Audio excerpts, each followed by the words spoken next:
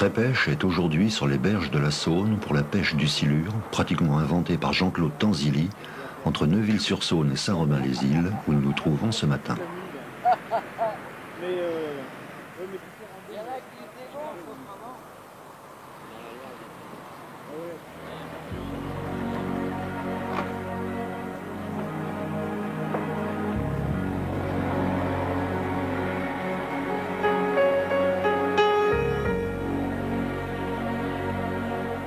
Sur cette partie basse de la rivière, 3 champions vont en bateau pour tenter de capturer un redoutable adversaire à la mesure de leur passion, le silure, sorte de gros poisson-chat venu du Danube et de la Volga, peuplé les eaux françaises depuis 1 siècle et demi environ. Certains disent qu'il a toujours été là. Dans le Danube, le silure peut atteindre 5 mètres de long et peser 300 kilos. En France, les records avoisinent 2,20 mètres et un poids de 60 kilos. On pense que des sujets de près de 100 kilos hantent les fosses profondes de la Saône. La chair de ce poisson est diversement appréciée.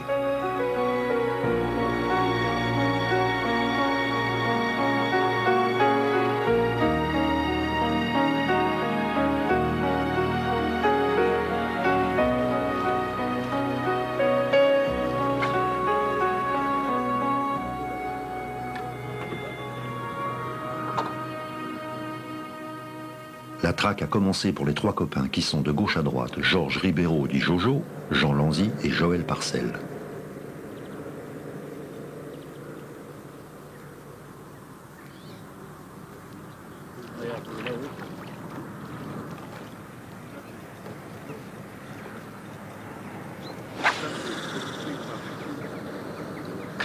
Inspirés de la pêche du cendre, les cannes mises au point par Joël Parcel font 3,30 m, puissance 4 livres avec action parabolique et permettent de propulser des leurres de 100 grammes à 100 mètres et de mater des poissons de 50 kg et plus.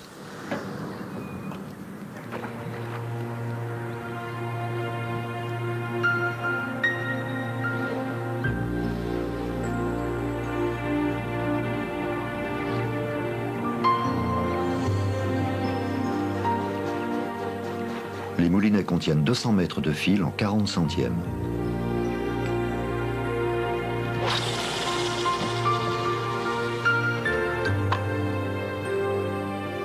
Les moules et les écrevisses sont un des repas préférés du silure.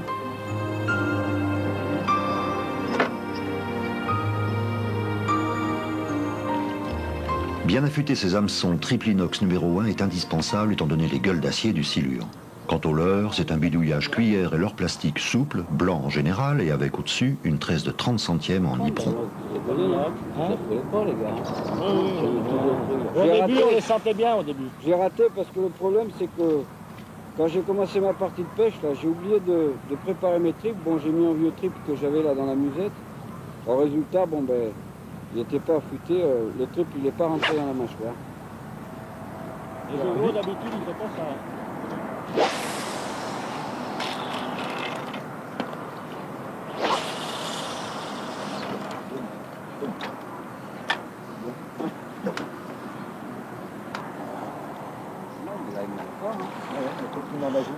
Il faut trouver un endroit où il y a des brames avec. C'est pour ça que le vif risque d'être bon. Hein? Il faut porter sur les brèmes, le vif. Tendu! Ah.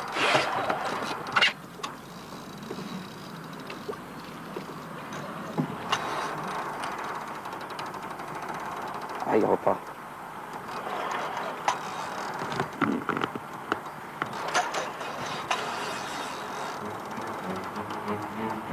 On va faire le monde dans le bateau, non? Ouais, on va le monter. On va essayer de le prendre. S'il n'est pas encore là, il y mène.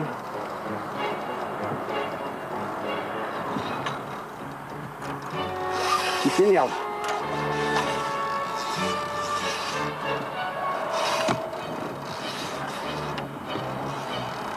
On aura le dessus.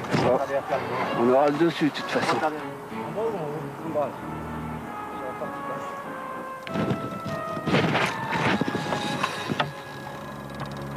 Il va commencer à le pomper là. Il va pas tarder à plonger la canne. Il fait là.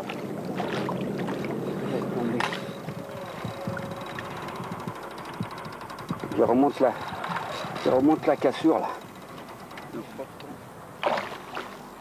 Jojo demeure vigilant, tendu et précis. Moi je vois la courbure de la canne, de pas être là. Il est pas mal. Quelque chose de dit, tu le tiens, je viens de t'aider. Tu le prends. Ouais, attends, laisse-moi. Quand tu l'auras. Ah, oh putain, le triple. Ouh là là, putain, 2 doigts du triple.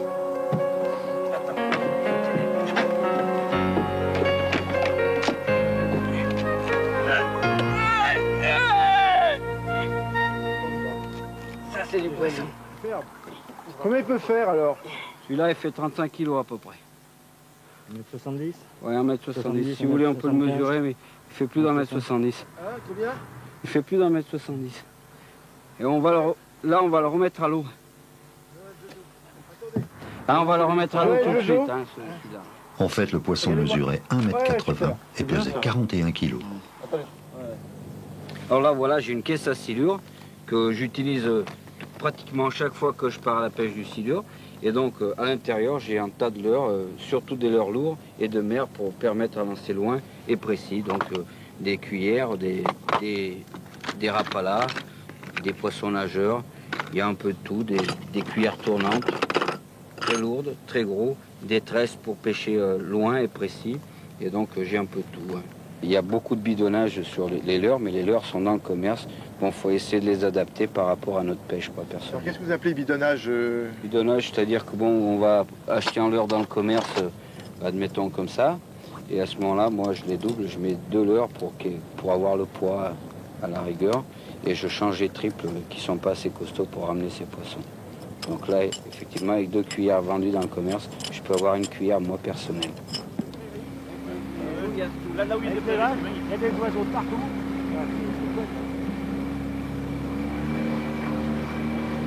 Après, tu arrives en bas, la zone canalique. Il y a des camps bateaux pour faire 1 kilomètre.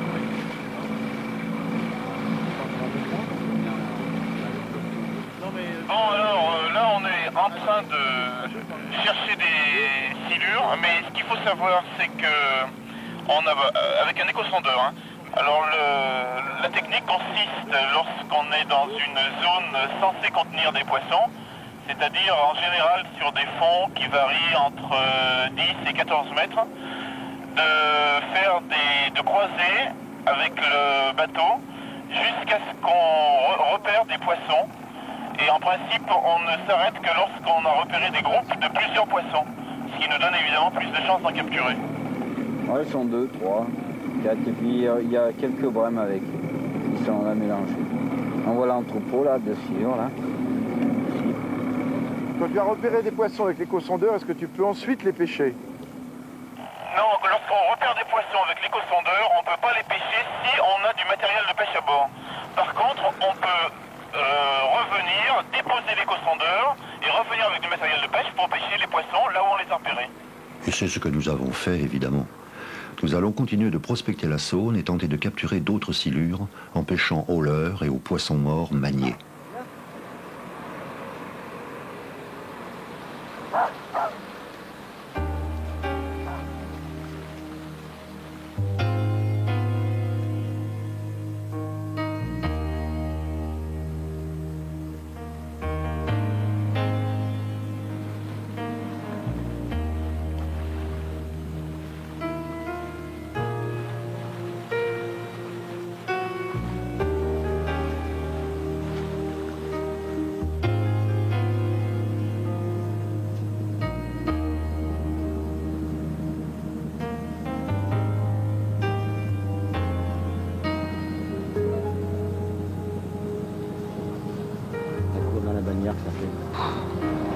Quand on redescendra tout à l'heure. Il y a toutes les hanches. Quand on redescendra, on y regardera.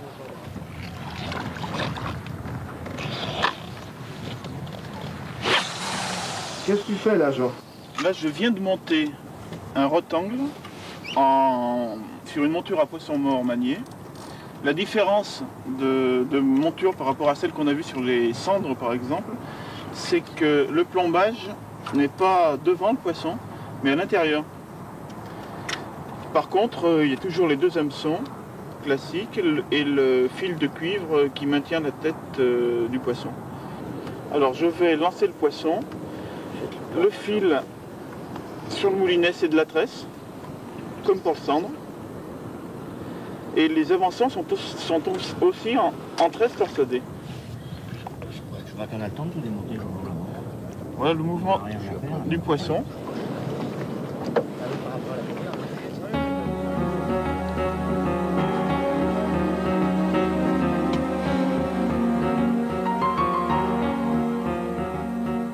Rien. Nous avons changé de poste car, sachez-le, une mauvaise approche, un placement approximatif ou indiscret font disparaître le silure comme par enchantement et vous n'en prendrez plus un de la matinée à cet endroit.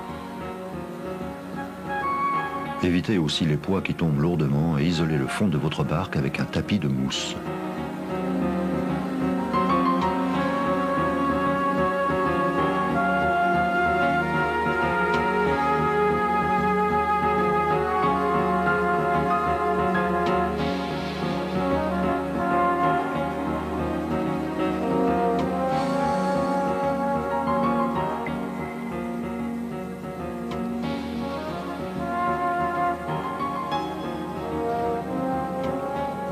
Sous les pêcheurs, une fosse de 14 mètres de profondeur et une vieille péniche coulée. Nous arrivons un peu en retard. Jean Lanzy a déjà ferré un gros. Le combat a commencé. Heureusement, les cannes sont solides.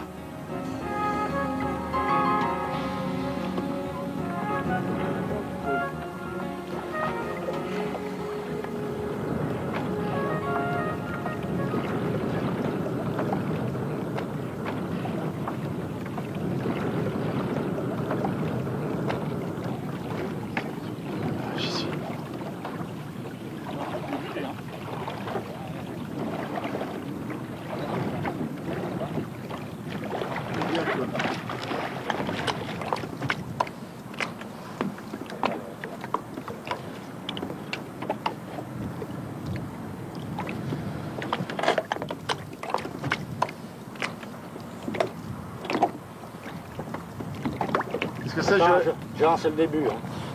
C'est que le début, là. Ça peut durer combien de temps, Joël? On est en Ah, 40, un certain là. temps, mais pas mal. Non mais, non, mais sérieusement, On Joël. est quand même monté gros, ça peut durer 20 minutes, un quart d'heure. T'as de la pompe ou de la 40? Il a de la combien? Et un 40. 40, bon, 40. Ça peut bien durer un quart d'heure.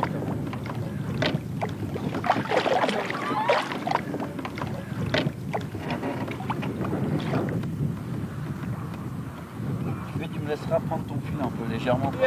Les bouillons, ça y est. Pêche-toi, Thierry. Il est beau, hein? Tu sais que c'est un sacré combattant. T'as bien passé devant? Il s'est battu. Là, je le voyais plus gros que ça. Hein. Ah ouais, mais oh, t'as vu la bagarre par rapport à Il est piqué juste au bord, hein, t'as vu? Tu là?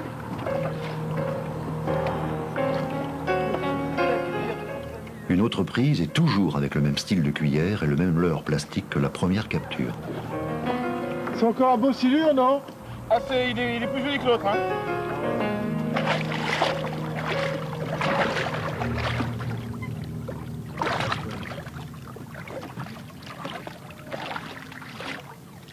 Vous voyez comme elle tourne dedans la cuillère?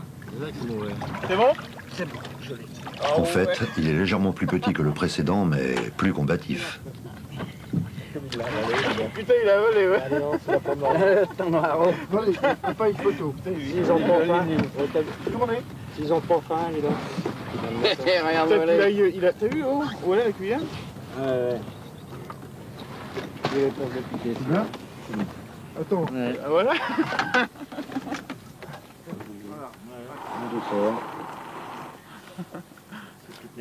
Tu veux l'embrasser? Allez, tu as remarqué que lorsque il a pris la cuillère, Pas la caisse. j'avais pas encore refermé le piquet de mon moulinet.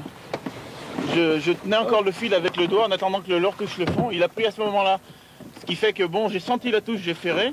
Mais comme le pick-up n'était pas enclenché, bon, le fil est parti pratiquement librement. Hein. J'ai eu quand même de la chance qu'il soit bien pris. Hein. Tu tiens la jambe. Voilà. Là, je le tiens comme ça.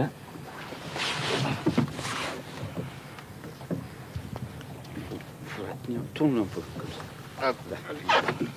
Avant de le relâcher, Jojo suit de près le comportement des silures et en tire ensuite des conclusions pour les pêches à venir.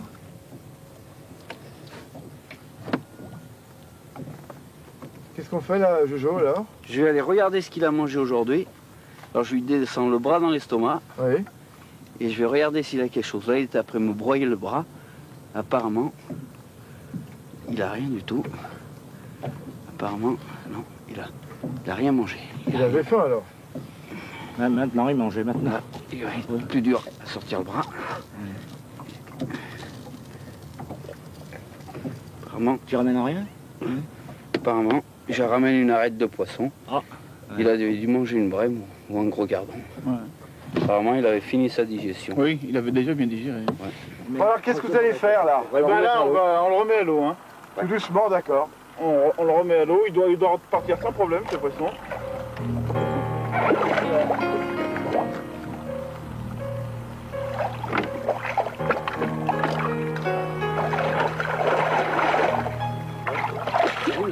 Et voilà, c'est parti. Avec quoi vous l'avez pris? Avec une cuillère ondulante, argentée, suivie d'un leurre souple. Ah d'accord. Comme vous avez dit tout à l'heure. Ouais, une cuillère assez lourde hein, qui fait 75 grammes. Voilà.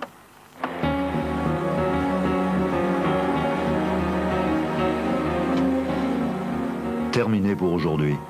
Demain, les Jojo, Joël et Jean tenteront de pêcher le silure au vif près de la ferme du Diable.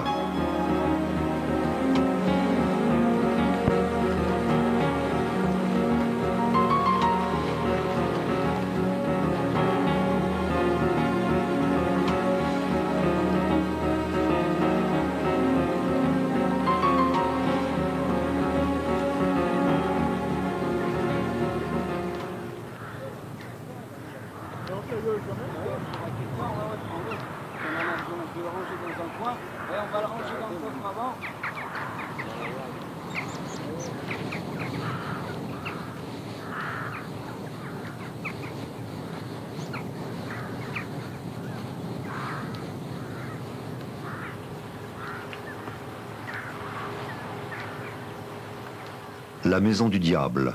Nous sommes dans le sens inverse par rapport à la journée d'hier.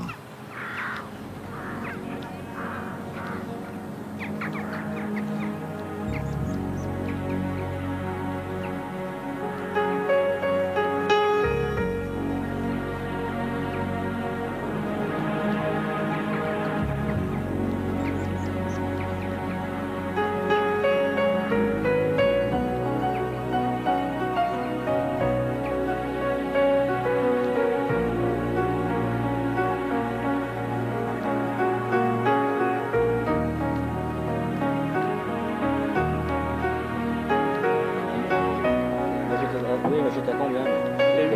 8 mètres. J'ai enlevé T'es 3. à 5 maintenant. Tu rajoutes 7 mètres. Là, tu vois, là, tu as le système plan en dérivation. Tiens, regarde déjà la présentation. Ouais. Plan en dérivation, Ouais. donc il te dévie ton bas de ligne. Ouais, d'accord. Tu le démontes, démontable. Ouais. Un anti-emmêleur Ouais. qui est bloqué sur l'émerillon par une gaine silicone. Ouais. Là, tu as le plomb en potence, Ouais. avec blocage là, par gaine silicone sur un gros émerillon. Mhm. Là, plus haut, tu as une butée pour venir faire reposer ton flotteur. Ouais. Le nœud d'arrêt qui monte, Et qui est sur le moulinet actuellement. qui est actuellement est dans la bobine, Ouais. les nœuds à l'anglaise, comme Ouais, la bien pêche à sûr. l'anglaise. Ouais, ouais. Mais il y a un autre détail intéressant, c'est le bas de ligne qui est en tresse, donc avec l'anti-emmêleur, Ouais. qui est réglable sur le trip de tête. D'accord. Le trip de tête est réglable en fonction de la grosseur du poisson. Du poisson. Donc tu auras un poisson plus gros, Mhm. tu auras forcément un flotteur plus gros, Bien sûr. démontable, Ouais. et un plomb plus gros, démontable D'accord. également. Tout Suivant, est sur le terrain, suivant les conditions de pêche, tu... En fait, on peut tout faire varier en fonction du vif et en fonction des conditions de pêche. Ouais, exactement. Voilà. D'accord. Ça, c'est surtout, ça, c'est pour éviter un emmêlage qui pourrait se produire vers le plomb, Oui, et l'anti-emmêleur. ouais, c'est simplement, c'est pour que le flotteur ne descende pas Voilà. jusqu'au plomb. Hein. On le met où on veut. Hein. Voilà, On peut le mettre d'accord. Et en fait, lorsqu'on va poser ça dans l'eau, le flotteur va à monter coulisser jusqu'au Ah. nœud d'arrêt jusqu'au nœud d'arrêt, qui se trouve actuellement sur la bobine. sur la du moulinet. bobine du moulinet. D'accord. Là, actuellement, on a réglé, Jojo, combien On a réglé 10 mètres, il y a 12 mètres. 10 mètres de fond, c'est-à-dire On que... est, on est à 2 mètres au-dessus du fond. 2 mètres au-dessus Le du vif fond, va il y a évoluer. 12 mètres. Et sur l'autre, on va évoluer à 4 mètres au-dessus du fond. D'accord. Mais ce qui est intéressant sur ces flotteurs là, c'est qu'il y a un bon coulissement. Parce Bien que sûr. par l'axe, Oui, parfois ça bloque. ça bloque, ça coulisse mal. D'accord. Et là, il faut descendre très vite. Et là, c'est un montage de Joël Parcel, je suppose. Ouais, c'est une petite combine, Hein? j'aime bien les petites combines. D'accord. Alors donc, je mets mon triple dans le nez, comme ça. Je le retourne, je fais attention de ne pas me piquer. Et je mets le second triple sur le dos.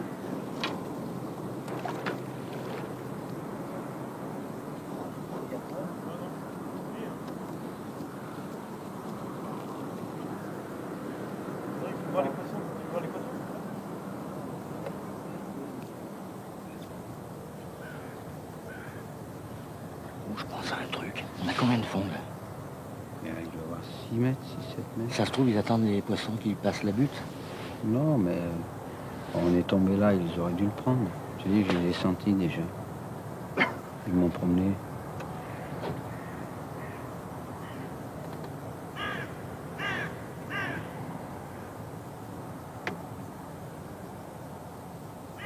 Alors, l'intérêt d'un bon coulissement du flotteur, c'est que sur des tirées, on peut faire remonter le vif, le décoller de quelques mètres, comme ça. Il faut qu'il y ait un bon coulissement dans le flotteur, et on laisse redescendre.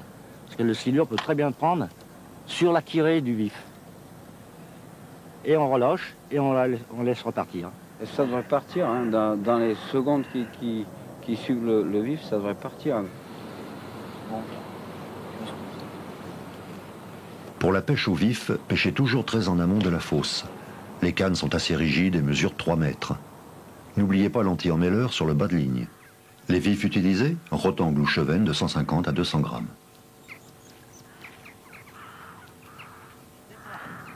Attendez pas. Il est pas pris. Là, je dirige. Laissez bien partir et hop, ferrage. C'est bon. Tu l'as?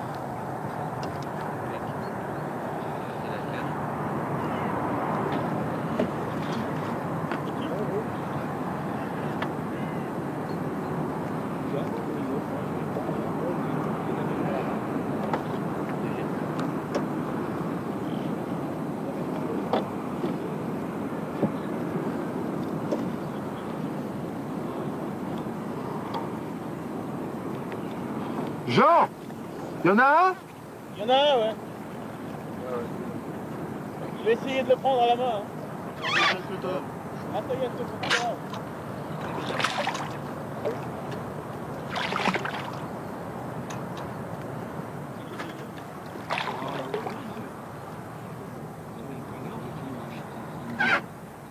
En général, la pêche au vif fait prendre de gros spécimens. De plus, elle réserve d'intenses émotions. Pensez que toute votre ligne doit être démontable instantanément. Flotteur, plombé, bas de ligne. Attends, ouais, il y a le truc qui est vachement mal fait.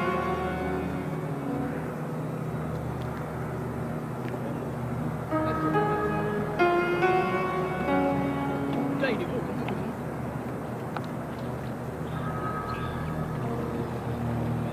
Et voilà. Voilà. Voilà. Oh là là là là là là. Superbe. Super, bravo Joël. Bravo Joël Parcel, qui a mis au point cette technique du flotteur coulissant et du montage baladeur très efficace. Bon, allez, c'est le deuxième. On fait voir. T'as Il vu? est beau. Ah bah quand même, hein. On le remet tout de suite? On va le remettre à l'eau. On le remet à l'eau. C'est quand même un bon poisson. lui. J'aime bien les voir partir, c'est parce que... Vas-y. Allez. Kiki. Regarde-moi ça. On l'a oxygéné un petit peu. Il va plonger d'une force. Allez, Kiki, tu vas repartir, hein? Ouais, pas de problème. Il va pas demander son reste. Allez. Hop Et voilà. Regarde, on le voit encore. 1m50, on le voit encore. Bravo, Ouais. Joël. Bien. On fait comme ça. Encore un beau poisson aujourd'hui. Encore un beau poisson. Hein. Non, oui. Hein. Ah ouais, c'est marrant. Hein. Ouais. Joël, C'est c'est au vif alors. Ouais, bien. Au vif, marrant. Hein. On voit ce flotteur là, comme là, ça rappelle un peu la pêche du brochet. On voit ce flotteur qui est prêt à plonger. C'est une pêche facile à portée de tout le monde finalement. Ça va bien. Hein. Ah oui, ça va super bien. Ouais.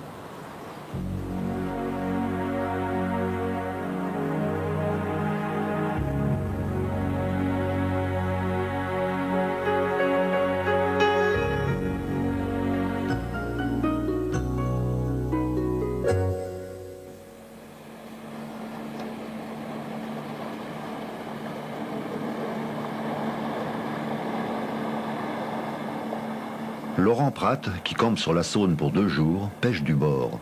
Avec Joël, Laurent Pratt est un grand spécialiste du silure et du matériel pour le capturer. Actuellement, sa grande passion, c'est de pêcher le silure en s'inspirant des techniques de la carpe. La grande différence, c'est que là, il pêche avec un vif. En général, des gardons, chevennes ou brèmes de 300 à 600 grammes.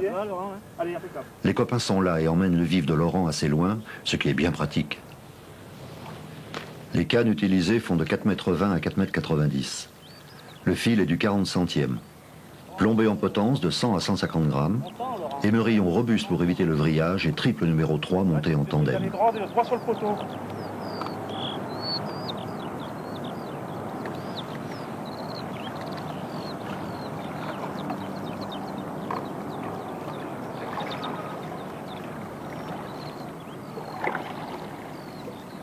Il y a des bouillons à une cinquantaine de mètres du bord. Hein. Il y a peu de courant.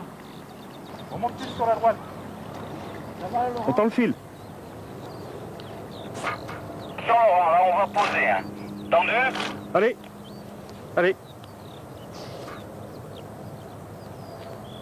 C'est parti là.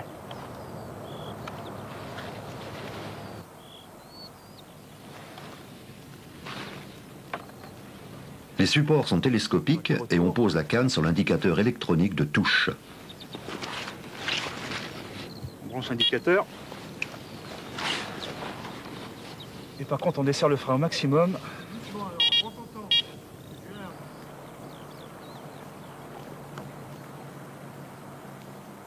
Ça y est, le vif se promène attaché à son fil. On attend. On branche l'indicateur. Par contre, on desserre le frein au maximum. Ah!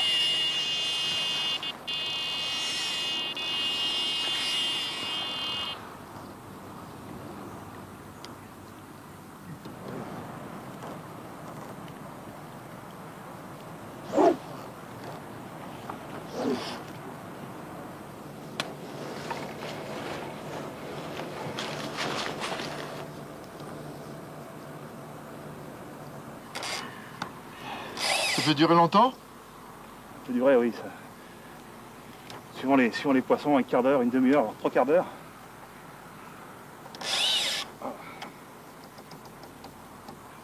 On prend 1 mètre, il en reprend 5. Il n'y a rien à faire pour l'instant.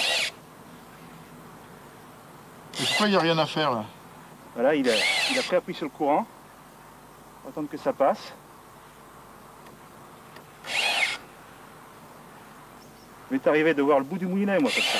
Le bout du fil dans le moulinet, puis pouvoir reprendre 1 mètre, 2 mètres, 3 mètres, et puis repartir et le prendre quand même.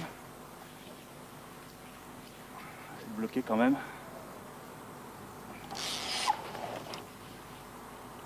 On ne sait jamais combien de temps ça dure, ça. Oui, le fil, attends.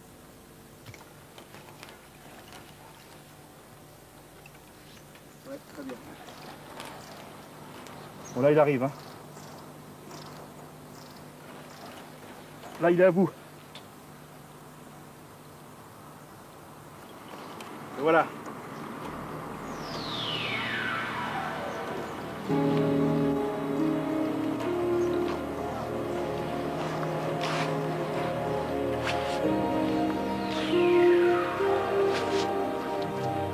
Bien pompé, là.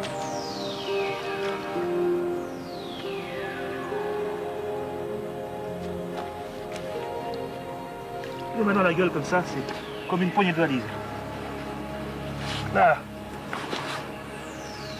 Chers amis, si Trépêche, la nouvelle collection vidéo du vrai pêcheur vous plaît, écrivez à TF1 Vidéo et dites quels sont vos futurs sujets préférés.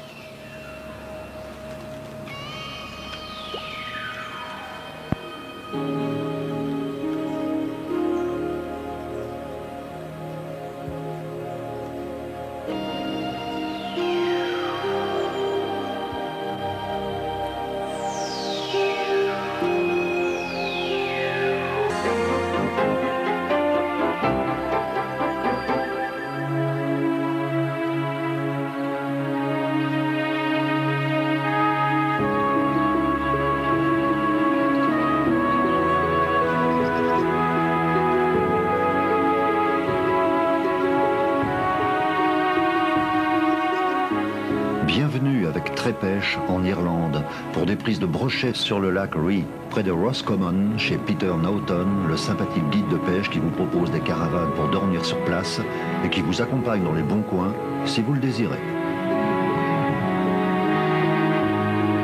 Nous sommes à Gailey Bay, dans la petite boutique de Peter. Ça, c'est Curly Bay, là où vos amis étaient hier. Autour de là, il y a la crique de Loch Rett. C'est un très bon endroit pour la pêche au brochet. La cuillère idéale utilisée pour la pêche au brochet, c'est ce que nous appelons la copper spoon. L'une ou l'autre de celles-ci sont très populaires.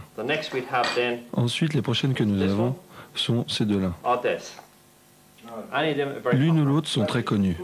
La Magic Spoon est pour nous la numéro 1. Depuis très longtemps, les vieux pêcheurs, il y a des années de ça, croyaient tous en la Copper Spoon. Ils avaient l'habitude de la fabriquer eux-mêmes. Ils avaient l'habitude de peindre la cuillère en rouge, comme ça. Vous en avez d'autres qui croient en celle-là ou en celle-ci.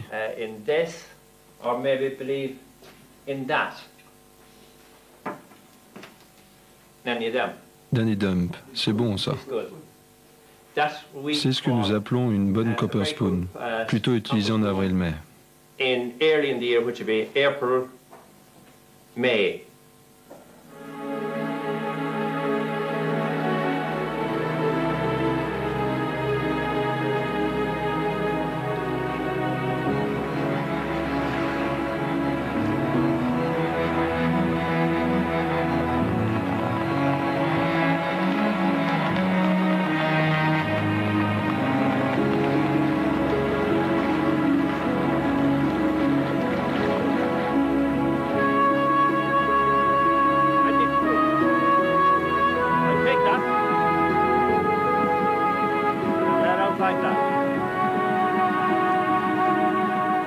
Nous avons essayé la cuillère magique de Peter Naughton.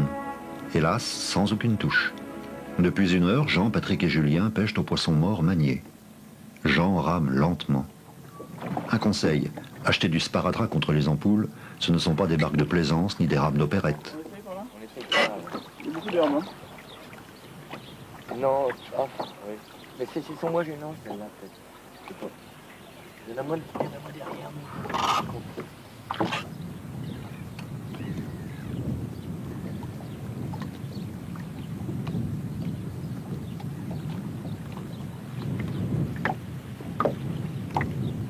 Voilà.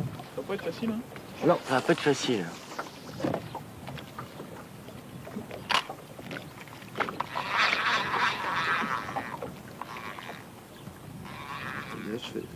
Canne carbone sans surprise de 2,70 m à 2,85 m, très résistante, légère et suffisamment rigide, mise au point par Patrick Boucard. Mais attention, elle n'échappe pas à la foudre.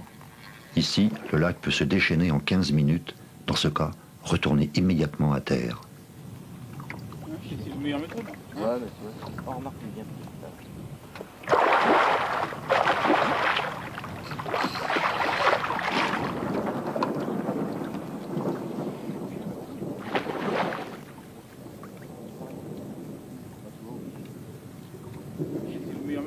Ouais, mais tu vois, on remarque bien.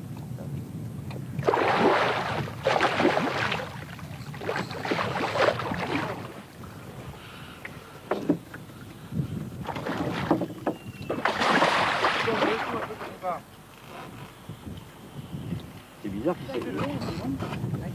Il s'est bouffé par un autre. T'as vu, il s'est bouffé la queue et bouffé par un autre. C'est bizarre parce que... Doucement, ça m'étonnait aussi.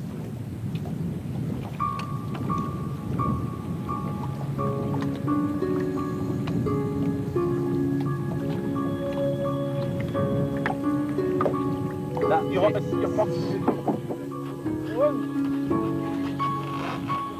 Ça va être bon là.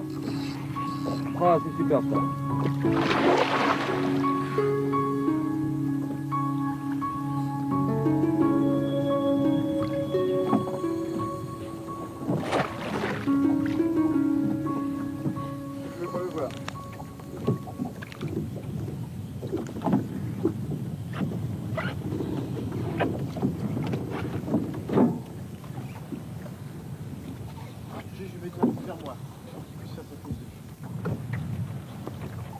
Et voilà, tiens-le un peu parce qu'il va crever. Là. Ouais. Tu remets pas à l'eau tout de suite. Là, je vais Bah, tu sais, gêner un peu, quoi. Bon, Allez. voilà, c'est bon. Alors, on utilise ici le flotteur dans certaines conditions B qui permet d'équilibrer le flotteur, mais à quelques centimètres sous le flotteur. Et l'action de pêche consiste la plupart du temps à traîner ce flotteur avec la barque. C'est-à-dire qu'il y a le rameur qui traîne lentement au milieu des bandes, au milieu des herbiers, en essayant de faire évoluer le poisson entre ces herbiers, très près de la surface. À la touche, le fil sort de l'élastique et donc on ferre quelques secondes après la touche. Donc le principe, c'est que le flotteur sert simplement à maintenir le poisson près de la surface. Je te montre, hein. Je t'explique là. Tu envoies ton poisson mort. Tu envoies ton poisson mort et tu travailles ton poisson mort. Tu récupères ton poisson mort.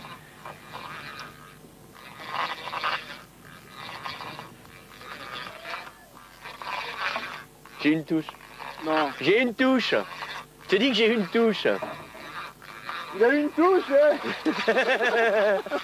Je déconne pas, c'est vrai. On a trop dérivé. Je vais reprendre les rames et on va aller se replacer un peu plus au large, d'accord? Ouais. Quelques minutes après, Jean, Julien et Patrick se dirigent vers le fond d'une baie, bien à l'abri, comme aime le brochet, pour tenter sans succès une pêche au leurre. Ils reprennent donc le mort manié sans flotteur dans un endroit qui possède 1,50 m de fond. Un bon conseil, amenez tout votre matériel de France, vous ne trouverez rien de très performant sur place.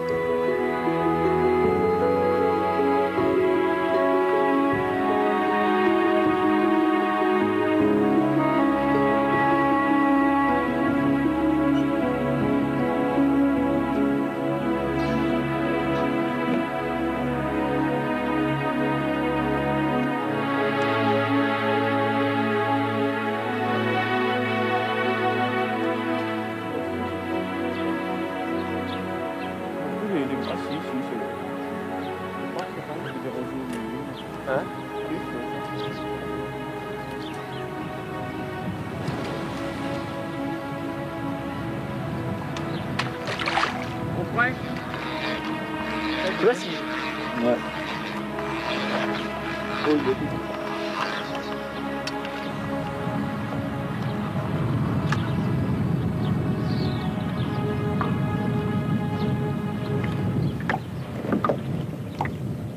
Voilà.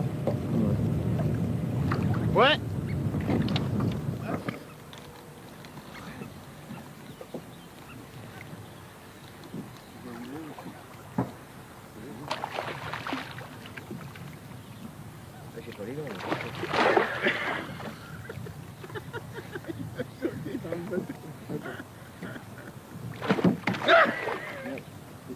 On va aller les remonter.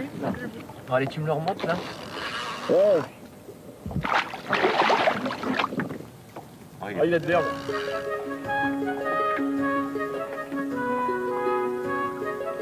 Ouais, tu l'as là? Ouais, vas-y. Oh, il est pas bon. Hein. Non, il est pas bon.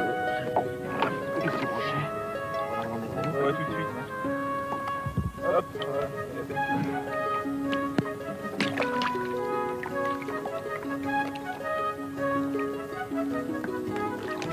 Et voilà. Merci, monsieur. On a ici une monture à poisson mort, donc avec deux hameçons. C'est une monture un peu dérivée de la monture Dracovic. Donc là, je suis en train de rentrer la monture à l'intérieur du poisson.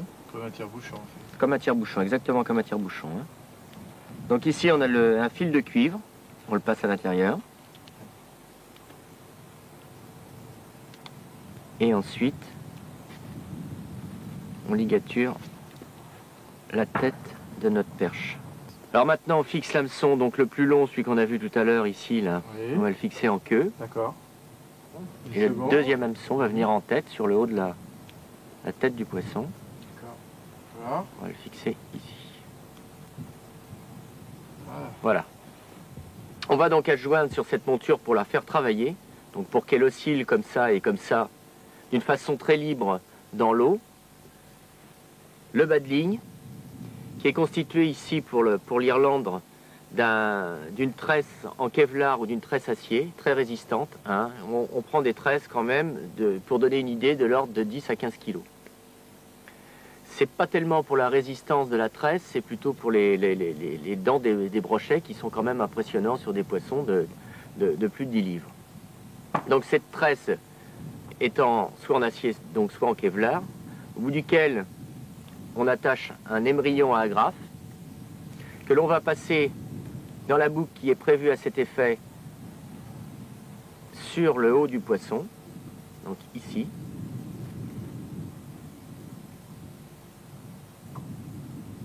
Oui. Donc notre poisson, on referme notre agrafe.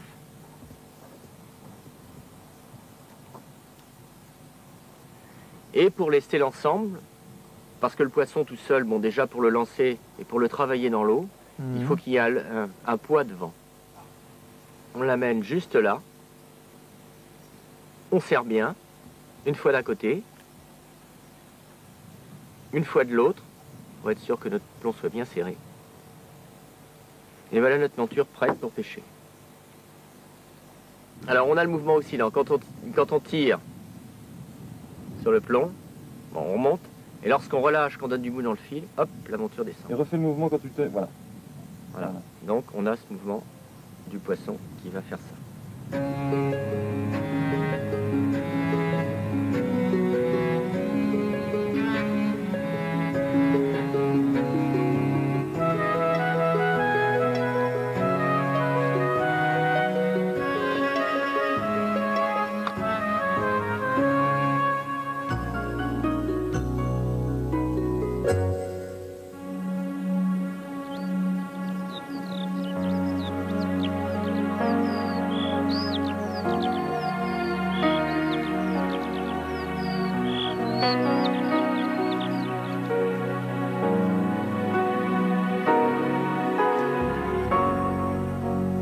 À proximité de Sarlat, Dôme, Roche-Gajac, Bénac, Lascaux, les Hésies et Marcaille, au cœur du Périgord noir, coulent des sources qui donnent des bras d'eau. Ceux-là forment des lacs fermés ou qui s'écoulent dans des ruisseaux, qui se jettent dans la Dordogne ou la Vézère.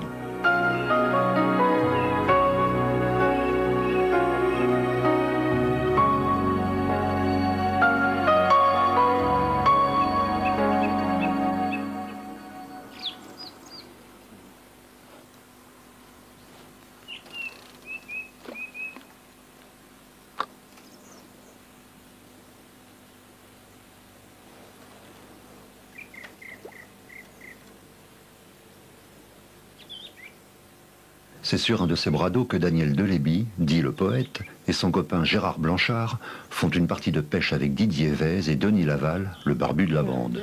Comment ça, c'est simple comme... Comment tu fais pour lui foutre ce machin, tu vois? Par contre, il n'a pas de... Pour Gérard, Daniel prépare un leurre plastique qui imite parfaitement le poisson mort. C'est un leurre qui est monté sur le même principe qu'une draco au poisson manier. À part que c'est un leurre souple, un leurre latex. Quoi. Ça marche bien. Hein.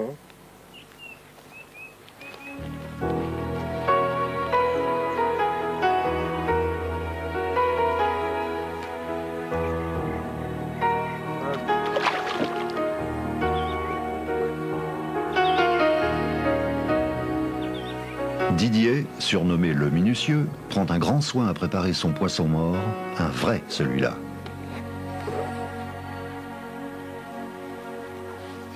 Il n'est pas vivace. C'est pas une perche, ça, qu'est-ce que ça fait là?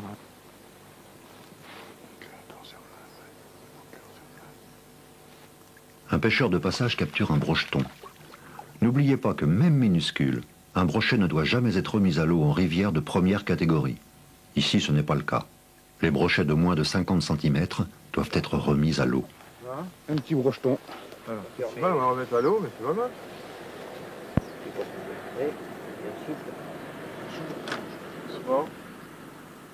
Pendant que Didier le minutieux continue ses essais, Denis Laval se prépare. Denis, qu'est-ce que vous allez faire? Je vais pêcher le brochet au paternoster. C'est-à-dire paternoster? Au vif, le bouchon maintenu toujours à la même place pour éviter qu'il aille dans les bois, dans les branches. Ça nécessite un flotteur coulissant qui va aller buter sur un stop float qui est réglé à la profondeur voulue. Pourquoi coulissant? Eh bien, coulissant parce que quand il y a beaucoup de fond, c'est plus facile à tendre la canne. On peut mettre n'importe quoi comme plomb, étant donné qu'il sur l'attaque il sera perdu. On peut mettre un boulon, une olive, peu importe. Hein. Là, c'est un plomb de roue de voiture. C'est un plomb qui pèse?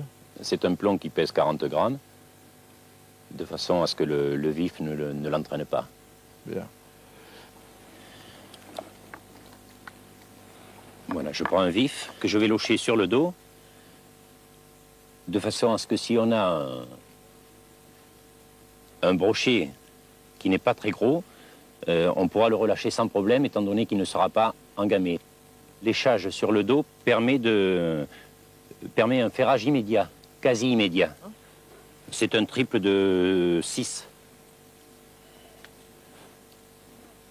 Parfait. Voilà, on va donc lancer la ligne. Alors, je vais jeter la canne près d'une barque qui est immergée, qui peut paraître à première vue propice à héberger un brochet.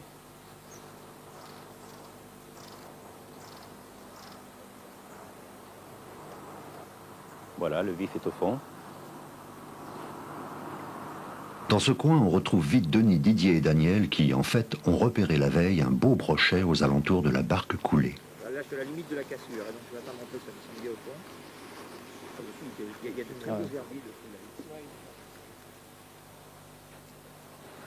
Non. Il y a une barque qui doit être quelque part sous nous. Ouais. Ah, mais je la vois, tiens, elle est là. Ouais, ça c'est un bon poste. Là, ouais.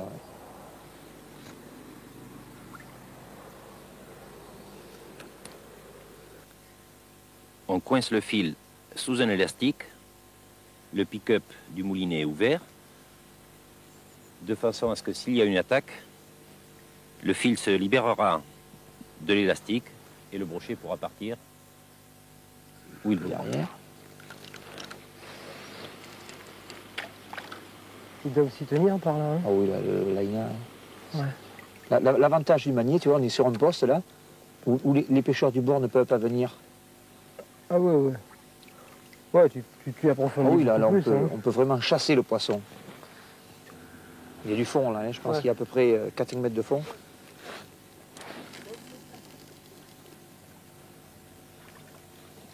J'attends qu'il soit bien descendu. Didier est équipé d'une canne de 2,70 m, puissance de 20 à 60 grammes. Son fil est de 30 centièmes avec bas de ligne acier. Moulinet à tambour fixe. Mais rien de sérieux. Rien de sérieux. On va essayer le fond de la rivière là-bas. Ouais. On va remonter un petit peu. On monte un peu la rivière. Je vais essayer de voir la souche qui est là. Dans cette souche là. 2,50 m de là. Je vais t'y amener.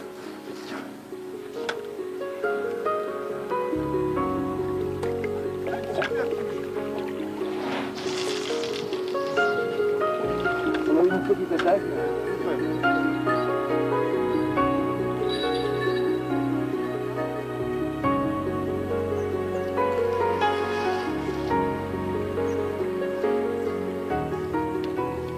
Trépêche et ses caméras attendent que le poisson morde. Le temps a passé et toujours pas de brochet. Et pourtant nous sommes avec d'excellents pêcheurs. Mais divine surprise,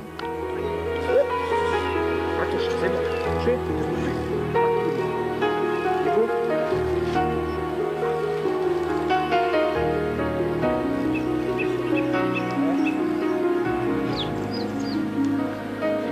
Moi je t'avais dit, c'était là. C'est la fête.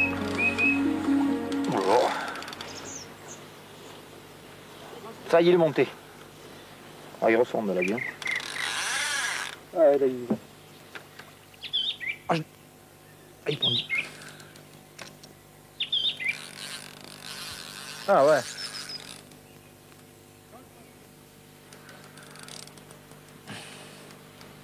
Il prend pas tellement de fil, mais il plonge, il sonde. C'est un gros? Ah, il est pas vilain. Ouais, il est beau, hein. Je pense qu'il doit faire entre 8 et 9 kilos par là, mais... J'ai pas pu le voir encore, hein. Ah, ça y est, il monte.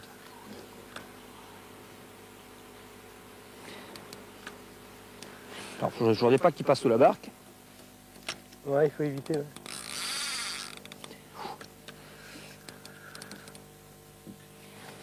Alors voilà, Ah, voilà. je l'ai vu. Oh, il est beau. Ah, il est joli, ouais. Et il est vivace. Ah, ouais. On n'a pas dit cuisette. Je vais essayer de me l'amener. Oui, mais attention, parce que c'est au dernier moment, tu vois, là, ils sont le plus... tu vois, le plus combatif. Alors. Il se sent pris. Tu vois, là, c'est là où il recrache. Hein. Bon, il est bien piqué, on risque rien. Ouais. Maintenant, tu peux... Je suis en bout de course, tu le prends par-dessous, hein, bien par-dessous, tu risques rien. Là, je pense que tu le tiens, là. Hein. Comme il fait, ton avis? Ah, ouais. Ah, il est beau, hein? Bah, c'est ouais. C'est le Mormagnier, tu vois, de pouvoir venir sur ces secteurs-là. Ah ouais, il est beau. Où personne ne vient du bord, tu vois. Il est beau. Il est beau. Tu le remets? Il peut repartir, hein? Ouais, on va aller. Remets-le dans le vent. Remets-le dans le vent, tu peux prendre-le un peu parce que j'en ai marre, moi, il est vraiment mal, le vent.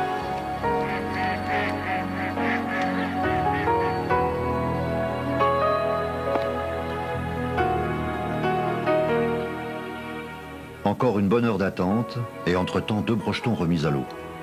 Denis va créer la surprise au moment où nous faisions des gros plans sur le flotteur pour le générique de Très Pêche. Oula. C'est excité, il y a quelque chose là. Qui tourne.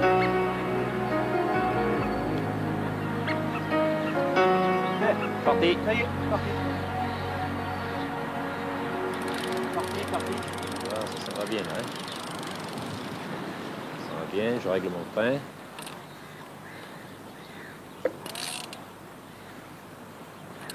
Comme ça. On remonte un peu, ça repart. Allez, je ferre.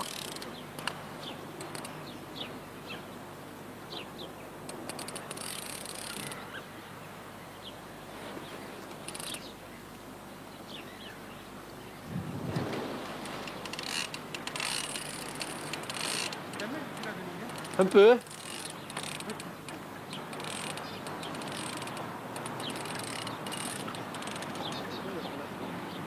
Si, il est beau celui-ci. Hein.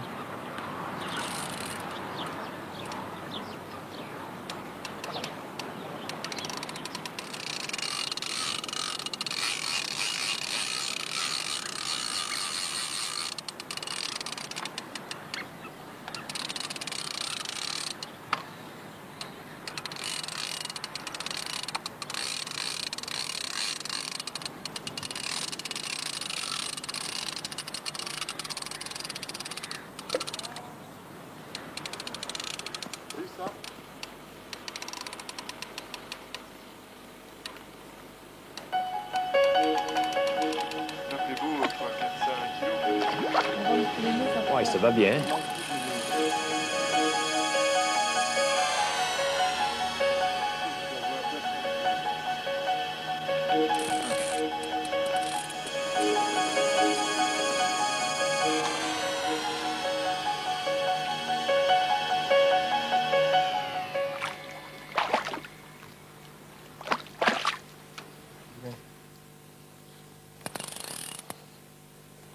Il est pas vilain.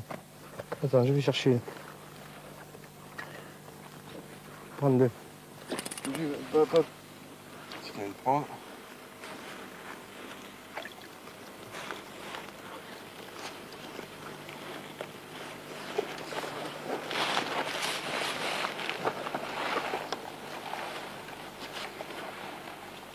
Quand même beau.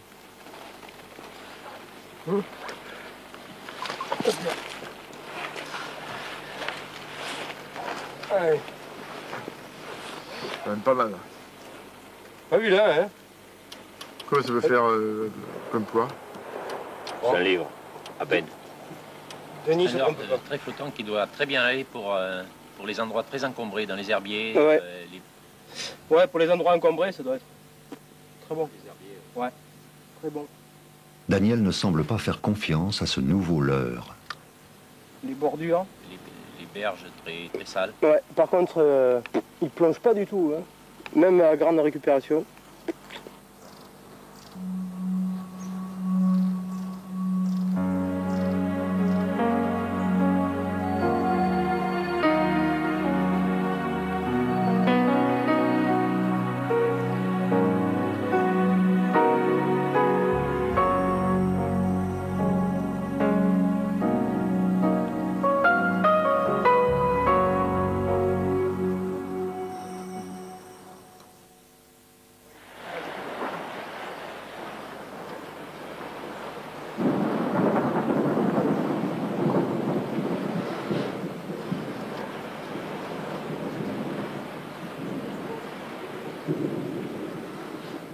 Didier Vez et Daniel Deléby sont ce matin sur la Vézère, aux eaux très hautes du fait des pluies de la semaine passée.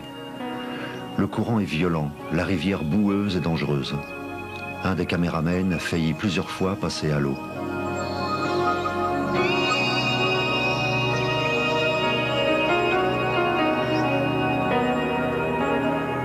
Ce con de la Vézère, premièrement, est un chanteur, puisque bon, il y a un cadre qui est fantastique, c'est pas négligé. Et ensuite, comment dire, il est fréquenté par les brochets, parce qu'il y a certains coins qui sont plus prolifiques que d'autres. Souvent parce qu'à proximité, il y a peut-être des sources ou des ruisseaux qui sortent, il y a peut-être des herbiers qui sont propices à la reproduction naturelle de cette espèce, et c'est pour ça qu'on les trouve. C'est une rivière, comment dire, qui est typique pour le brochet, malgré son apparence un peu repoussante, qui est un peu terreuse comme ça. Un peu terreuse, bon, mais c'est son passage sur la Corrèze. Elle passe dans des endroits où c'est que la terre est très rouge et ça la colore très rapidement lorsqu'en particulier il y a des précipitations. Mais c'est pas pour ça que le poisson ne la fréquente pas. La preuve, c'est que bon, il y a beaucoup de pêcheurs de brochets qui se déplacent de très loin pour venir pêcher sur la Vézère, pour attraper ces fameux brochets qui d'ailleurs sont assez impressionnants par moment, puisque des records ont été établis, des brochets de 20 livres sont assez courants. Il n'y a pas de poids, il n'y a rien au bout. Mettez-vous. Roche, reste-toi, Julien. Mets ta main devant.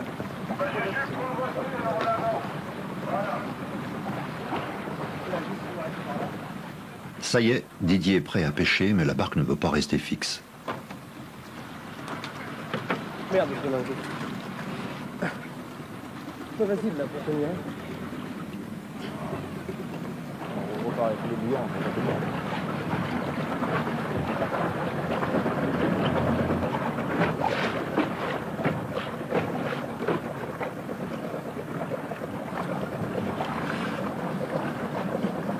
j'arrive pas à tenir.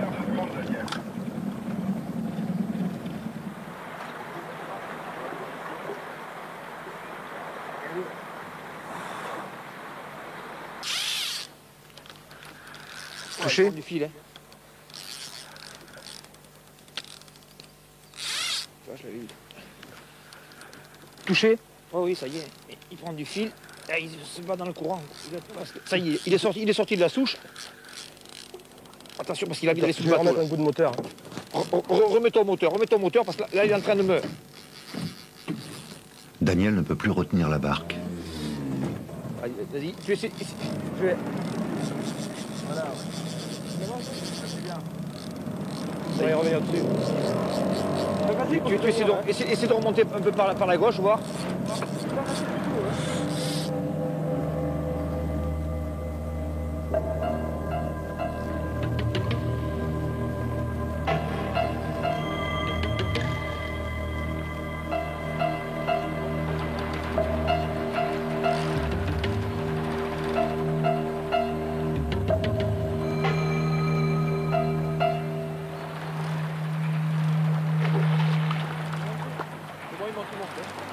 Et là, il est dans le courant, il se sert de son poids. J'espère qu'il est bien gamé, parce que sinon, dis donc.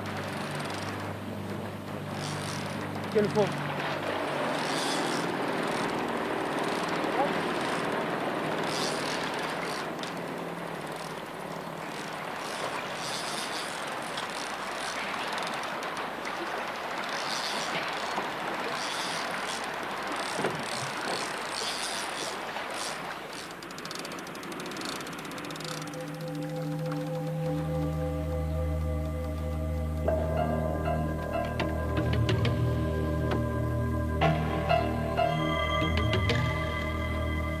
Il est beau celui-là, hein. Celui-là, on va le garder. Hein. Didier Vez a attrapé un brochet, il fait combien de livres à peu près? Ça doit être un brochet qui doit faire entre 9 et 10 livres à peu près. Ce qu'il faut dire, c'est qu'on a attendu plus d'1 heure avant de toucher un brochet quand même. Ah oui, mais le brochet, il n'est pas comme nous. Hein. Le brochet, il se nourrit dans la nature et quelquefois, comment dire, justement, il faut un petit peu gommer cette idée que l'on a eue du brochet jusqu'à présent. On le prenait pour le requin de nos rivières. On disait qu'il mangeait son poids de poisson par jour, ce n'est pas vrai. C'est absolument faux. Un brochet, c'est une bête sauvage. Et pour se nourrir, il faut qu'il attrape une autre bête sauvage. Je voudrais savoir quelle est, si vous voulez, l'influence de l'APPMA sur le milieu aquatique. L'APPMA de Sarlat s'évertue depuis maintenant presque une dizaine d'années à produire du poisson issu de géniteurs sauvages. Moi, ce que je peux faire, c'est que conseiller les membres de sociétés de pêche d'attraper, il faut un étang de 1000 m², pas plus, attraper des géniteurs brochés sauvages. Il s'agit d'avoir une femelle qui fait entre 3 et 4 livres, 2 mâles d'un peu plus d'1 kilo. On les met dans cet étang, on met un peu de poisson fourrage, très peu, ils ont besoin de très peu parce qu'ils mangent très peu. Et ensuite, au moins 2 ou 3 mois après, on récupère à peu près 500 brochetons qui sont des brochetons sauvages qu'on redéverse dans la rivière pour compenser comment dire, la prédation qui peut se faire par les pêcheurs et surtout comment dire, la prédation qui est faite par la présence des barrages EDF et qui empêche le brochet de refrayer naturellement comme il faisait de par le temps, c'est-à-dire il profitait que les eaux montent dans les prés et il venait frayer sur les herbes.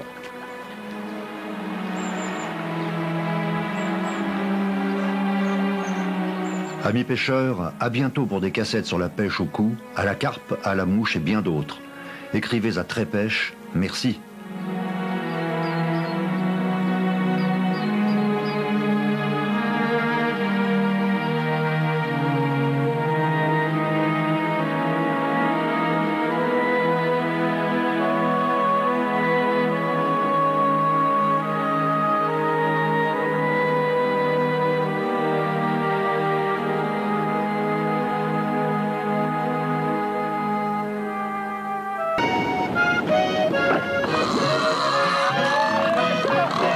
Nous vous dirons pourquoi la pêche à l'espadon voilier du Mexique est accessible à tous grâce à des prix modérés et une bonne organisation.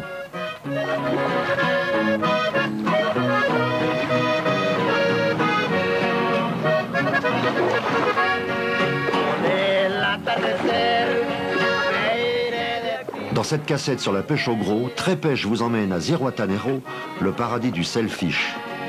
Apprenez à le capturer et profitez des moments exceptionnels de prise record que vous offre cette cassette dans le cadre paradisiaque du Pacifique, près d'Acapulco.